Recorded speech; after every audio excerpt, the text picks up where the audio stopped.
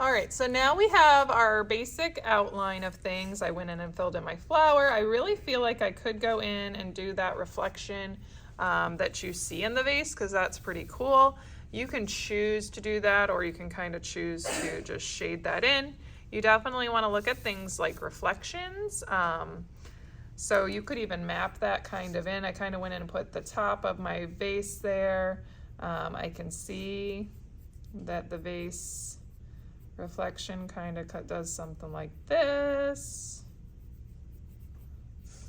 What other reflections do I have?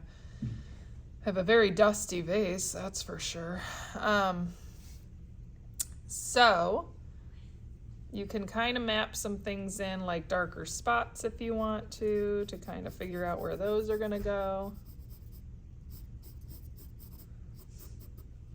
What I would do is I would look for the really, I think the darker spots and start to work on those first, and then kind of fade into those lighter spots. So what I mean by that is if I'm trying to do like that eye socket perhaps, I'm gonna go ahead and move my viewfinder. I have the basics drawn out, I can always put it back. So we can see we get really dark right here.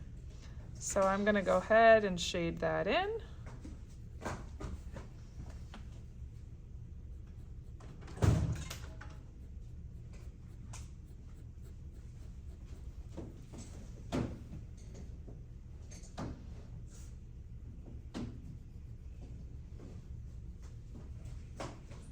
It's the darkest part of my image, really.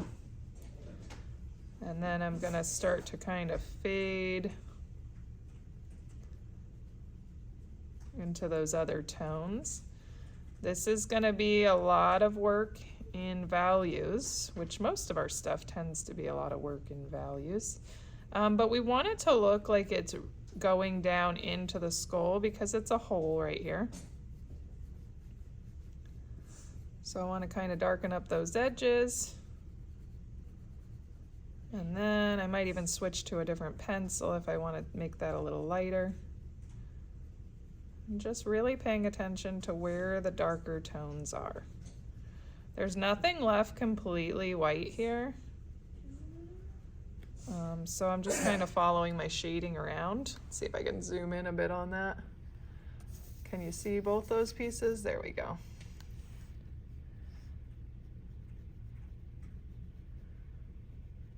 And don't forget, when you're using graphite, you can pull a lot of graphite using your blending stump. So if I did the dark here, and I start to come around to blend it in, I can use that graphite and pull it into the other sections a bit, especially if I'm trying to do light shading.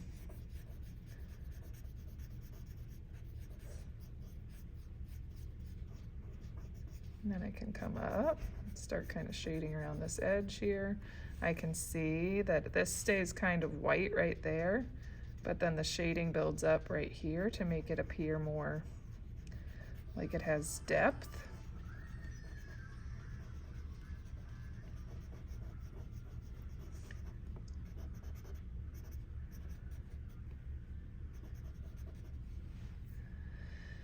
And I'm just gonna keep working on that. And again, you can definitely use a variety of levels of pencil.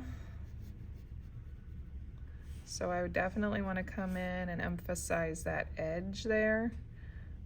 So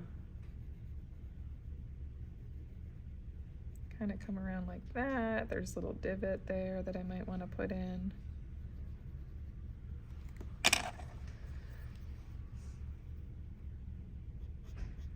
Drawing it is very difficult, and then shading it is really what's going to make or break it.